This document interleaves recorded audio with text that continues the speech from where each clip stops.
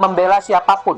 Tetapi sebagai anak bangsa, saya tidak mau ada agen asing, ya, ada orang luar yang mengacak-acak Indonesia dengan pemberitaan yang negatif. Saya banyak disebut sebagai anak Mulyono, katanya. Anak Mulyono. Tapi saya nggak peduli, ya. Mulyono kan manusia.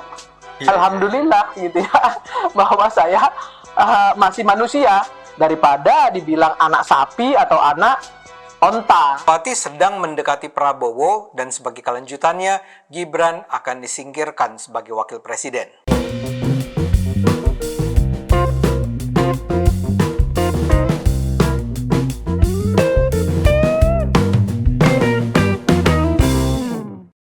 Assalamualaikum warahmatullahi wabarakatuh. Shalom, Om Swastiastu, Namo Buddhaya, salam kebajikan, salam sejahtera bagi kita semua. Kembali lagi dengan saya di sini Leonardo Sirait di channel kesayangan kita ini, Sirait Media. Oke teman-teman, kali ini kita akan membahas hal yang sangat menarik untuk kita simak bersama-sama. Bagaimana kabar kalian para ternak Mulyono dan juga anak-anak jenderal, ya.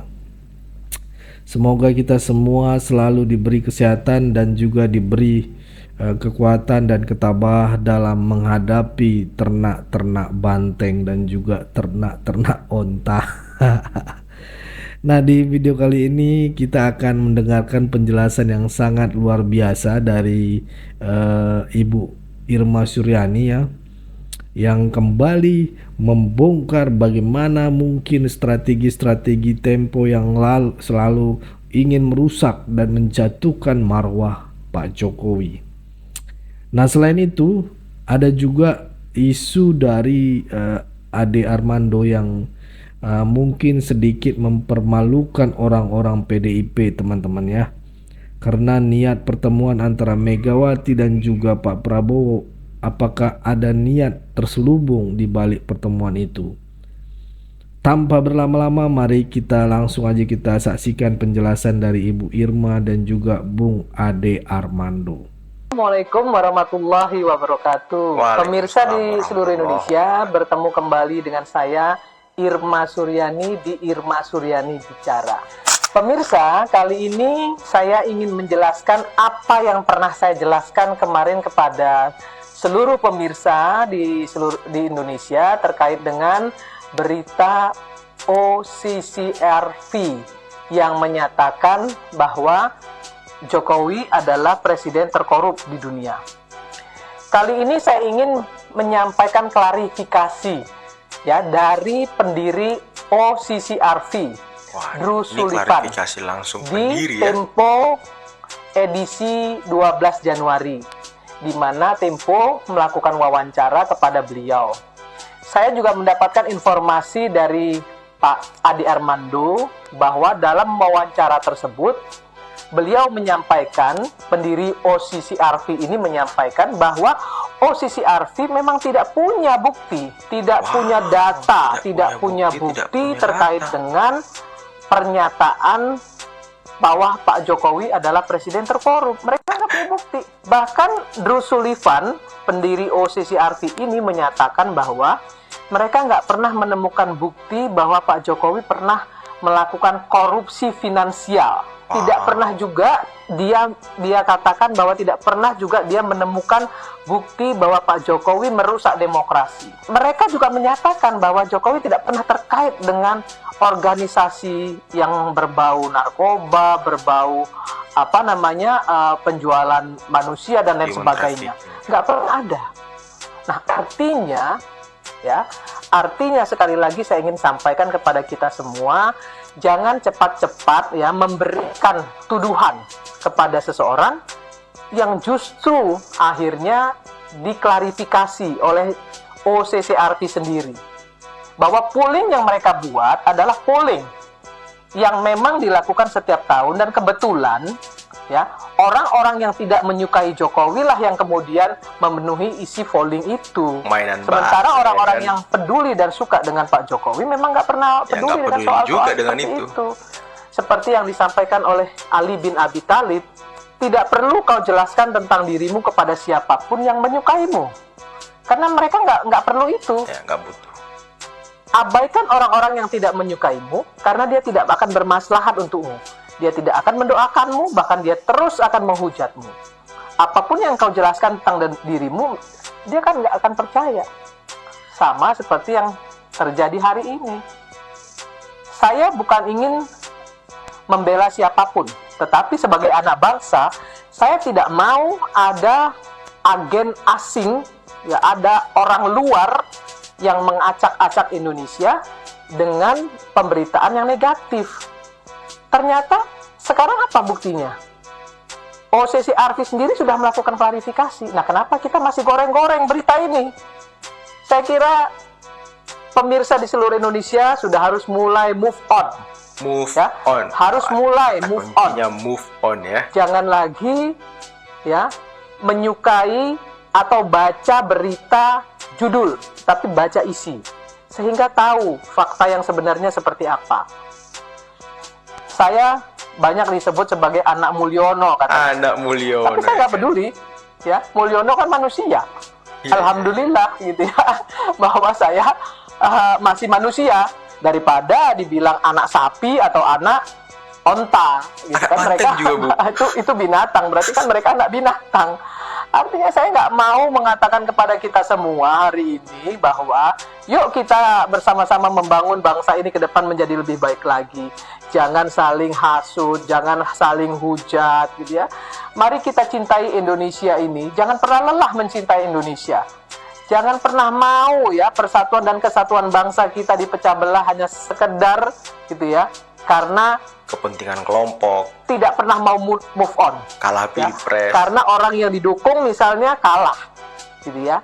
Saya sebagai salah satu anggota dari partai yang mendukung ya satu calon yang kemudian kalah, kami berusaha untuk menerima kekalahan itu dengan hati yang lapang. Ya, kemudian kita bergabung kepada pemerintah, mendukung pemerintah yang sah hari ini. Kenapa? Karena bagi Nasdem, bagi kami, kepentingan bangsa dan negara ini harus di atas kepentingan partai politik.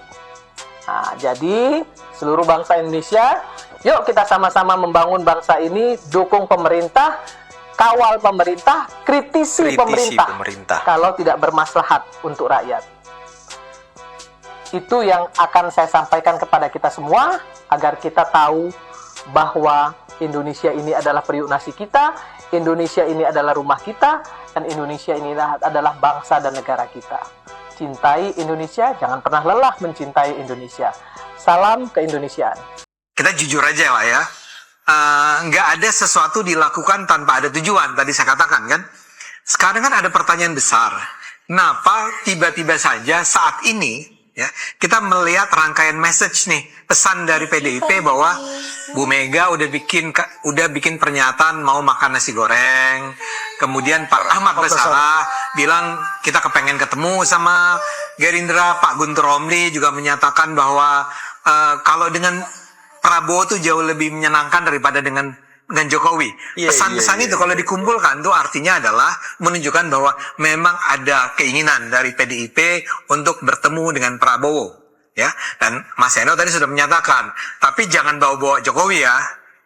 Artinya bahkan kita pun tidak perlu membicarakan Jokowi dalam konteks ini. Buat saya disitulah letak masalah utamanya. Ya, kenapa tidak kelihatannya sampai sekarang masih sulit bagi kedua kubu untuk bisa bertemu dalam sebuah makan siang atau bahkan dalam sebuah acara formal mereka berdua? Itu karena Pak Prabowo pasti akan mempertimbangkan bagaimana sikap Pak Jokowi dalam hal ini. Ya, buat saya Pak Jokowi itu adalah faktor yang sangat penting bagi Pak Prabowo.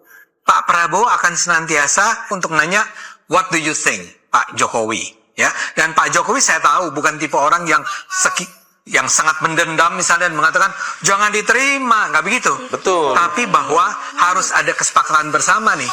Nah, kalau sekarang dikatakan oleh PDIP, tapi Pak Jokowi jangan dibawa-bawa ya, menurut saya nggak bisa. Nggak bisanya karena Pak Prabowo tidak akan membiarkan itu terjadi. Dia pasti akan mempertimbangkan seperti orang yang didengar pendapatnya oleh Pak Prabowo, karena perjalanan memang hubungan antara Megawati dengan Pak Prabowo itu jauh lebih awal dulu kan, sampai ada batu tulis segala macam. Tapi sebentar, sedikit lagi. Hubungan antara Prabowo dan Jokowi sejak 2019, kita abaikan 2014, kita bicara dari 2019, itu luar biasa dekat, luar biasa hubungan yang saling menghargai, saling mendengar. Jadi saya rasa tetap biar bagaimanapun faktor Jokowi harus menjadi pertimbangan penting dalam hal ini. Lagi-lagi saya ulang, kalau hanya urusannya adalah Megawati ketemu Pak Prabowo makan nasi goreng, itu sih selesai dengan dalam waktu cepat. Iya sih, Pak. Cuma kan kita harus selalu pertimbangkan bagaimana faktor Pak Jokowi terlibat di dalamnya. Maksud saya begini. Sumber informasinya bukan kubu Prabowo. Yang soal Megawati mendekati Prabowo datang dari kubu PDIP. Sementara soal penyingkiran Gibran adalah analisis Refli Harun. Ini tidak masuk akal. Tapi saya jelaskan dulu duduk perkaranya. Spekulasi tentang bergabungnya PDIP ke pemerintahan Prabowo memang sudah terdengar cukup lama. Tapi kini keinginan PDIP itu terasa sekali karena beberapa peristiwa. Pertama, niat itu dilontarkan Megawati sendiri saat hari ulang tahun PDIP. Dalam pidato di depan para kadernya, Mega secara khusus berterima kasih kepada Prabowo yang telah memulihkan nama baik Bung Karno, ayah Megawati. Menurutnya ini harus menjadi momentum rekonsiliasi. Megawati bahkan memberi isyarat bahwa dia ingin bertemu Prabowo. Itulah tadi beberapa video yang bisa kita simak, yang bisa kita saksikan kesempatan kali ini teman-teman ya. Dan menarik ya, bagaimana Ibu Irma Suryani menjelaskan yang hal-hal pokok terkait OCCRP ya, terkait dengan bagaimana kita harus mengawal program-program pemerintahan, mengkritisi program pemerintahan. Dan yang terpenting, penjelasan dari Bung Ade Armando ini tadi dijelaskan bahwa ada niat ataupun mengcopy kalimat dari Refli Harun. Ada niat terselubung untuk menggantikan Gibran sebagai presiden dan digantikan oleh Ibu Puan gitu ya. Wakil presiden maksudnya ya. Tapi ya saya sepakat dengan kata Bung Ade Armando ini ya. Tadi sangat amat berlebihan dan sepertinya mustahil teman-teman. Oke, cukup segitu dulu teman-teman. Berikan tanggapan teman-teman yang menonton video ini bagaimana. Boleh berikan pandangan kalian di kolom komentar. Pesan saya pokoknya tetap jaga persatuan Indonesia. Jangan mau diadu domba, jangan mau dipecah belah oleh orang, oknum dan sebagainya itu ya. Jangan mau diadu domba. NKRI harga mati. Saya Leonardo Sirait mohon undur diri. Bye bye.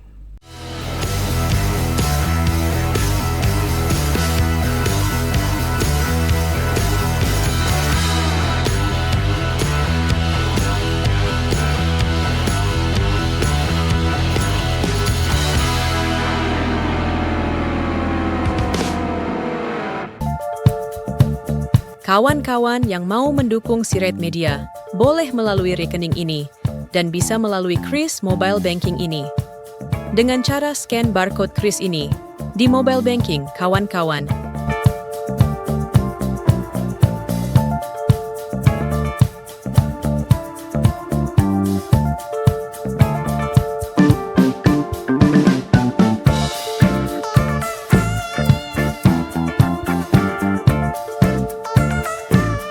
Dan jangan lupa juga mendukung pelayanan di yayasan kami melalui rekening ini dan bisa melalui Kris Mobile Banking ini dengan cara scan barcode Kris ini di mobile banking kawan-kawan. Berapapun itu sangat berguna bagi pelayanan kami. Mari terus kita suarakan suara rakyat jelata dan terus berdampak bagi Indonesia. Terima kasih.